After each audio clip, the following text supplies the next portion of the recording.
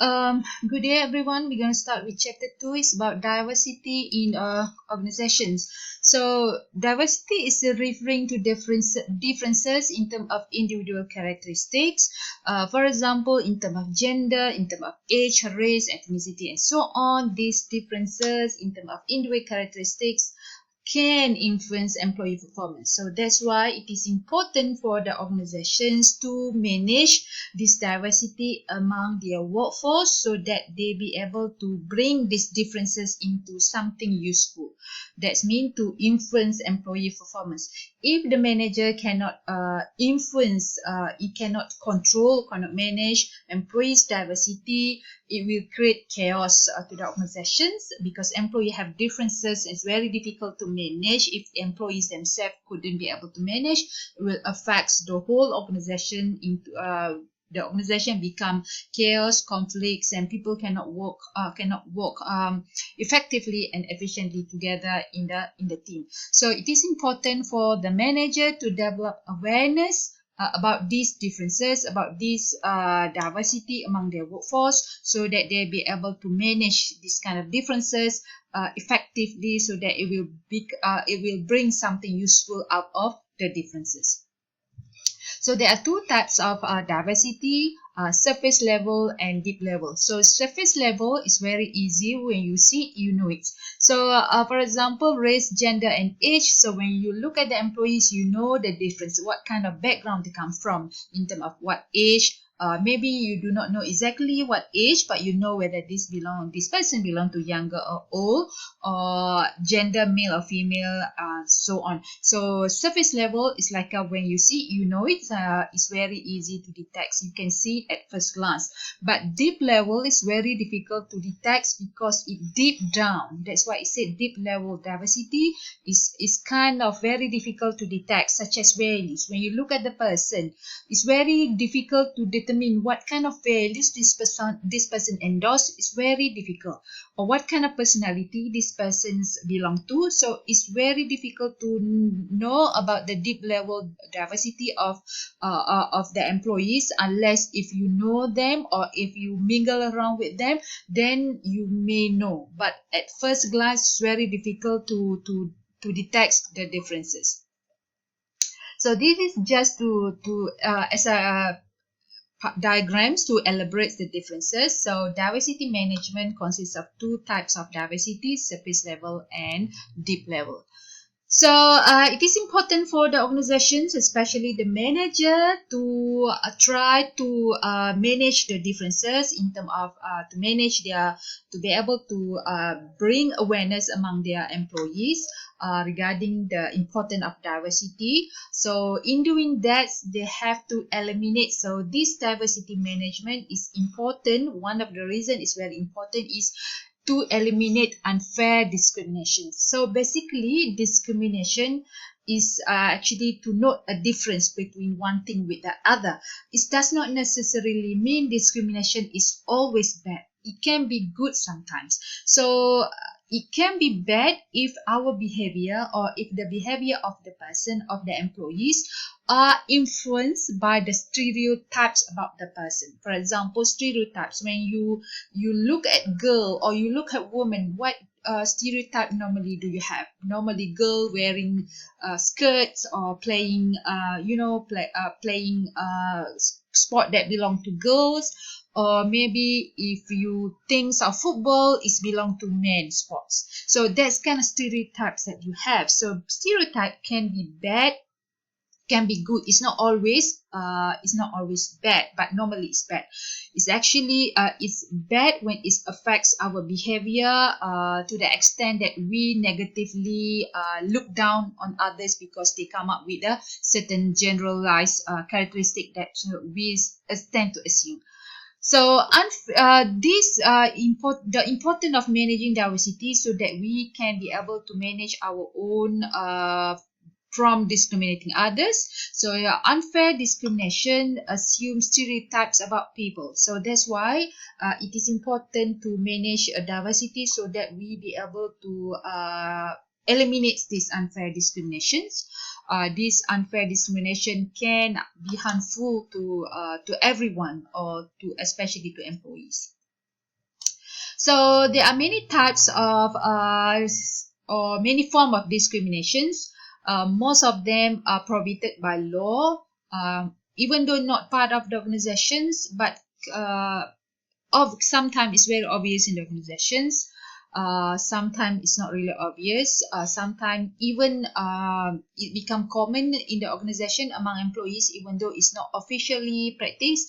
But people sometimes have this kind of discrimination. So, for example, discrimination policy or practices that normally people practice or employees or organization practice. For example, in terms of hiring employees. So when all employees, all candidate come, when a younger candidate come, normally in the organization they prefer to hire younger because they think younger can easily be trained, can maybe adapt faster and so on. So that's kind of is considered as a stereotypes also. Sexual harassment is referring to unwanted sexual advance. For example, if you do not like to be sexually intimidated by someone, uh, is belong to your preference. Some people they prefer, but normally not all people prefer any unwanted sexual advance. So any unwanted sexual advance or that can create hostile or offensive work environment. You don't feel comfortable if someone just glaring or staring at you all the times, or just make some movement that you do not feel comfortable. So it can be considered as a sexual harassment. Intimidations, for example, threats, overt threat, that means is very obvious, it's a threat or bullying directed at specific group of employees. For example, if these employees are so reserved, so polite, so timid, so people tend to just bully or just easily tease them. So sometimes it can be considered under intimidation. Or mockery, insult, for example, jokes or negative stereotypes that people tend to tend to say to someone that's considered as a if it is too far, sometimes the joke can make us laugh, but and when it is too far about the person may think it's insulting. So it also can consider under the discrimination. So you can read your own the example of each of these form of discrimination. Another is exclusion. Exclusion is when you are not included in the, for example, opportunities, job opportunities, promotions, discussions, info, and so on. So you may feel like alienated, or you may feel like you are not belong to. This actually fall under the form of exclusion.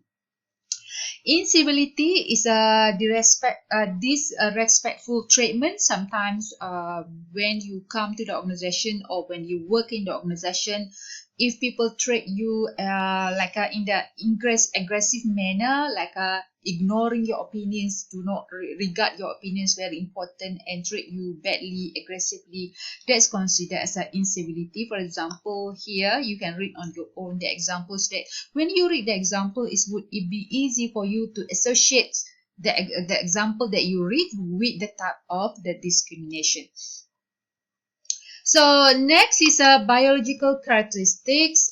Consider also a part of diversity. Also, is a personal characteristic. They are objective, that mean easily obtained about the person. So there are some variations in this that can be basis for discrimination. So in terms of biology, for example, when you come to the organization, you have to do your medical certificate. You give your information about your health to the organization. If, for example, you have certain allergic, certain diseases that may make you feel vulnerable. So if someone who are not really not is unresponsible, employees or others who got access to this information, they may use this to discriminate you. For example, if you have problems, allergic to some things, and in order to get promoted, you have to work in this area. For example, you have to work in this environment that may may make you sick or may have problems related to your health or biological characteristics. And people can use the information that you use for to discriminate you. So this also can, your biological characteristic can also become the basis for the discrimination. So it is important for the manager to be aware about this, so that they will not discriminate you because of this kind of biological characteristics.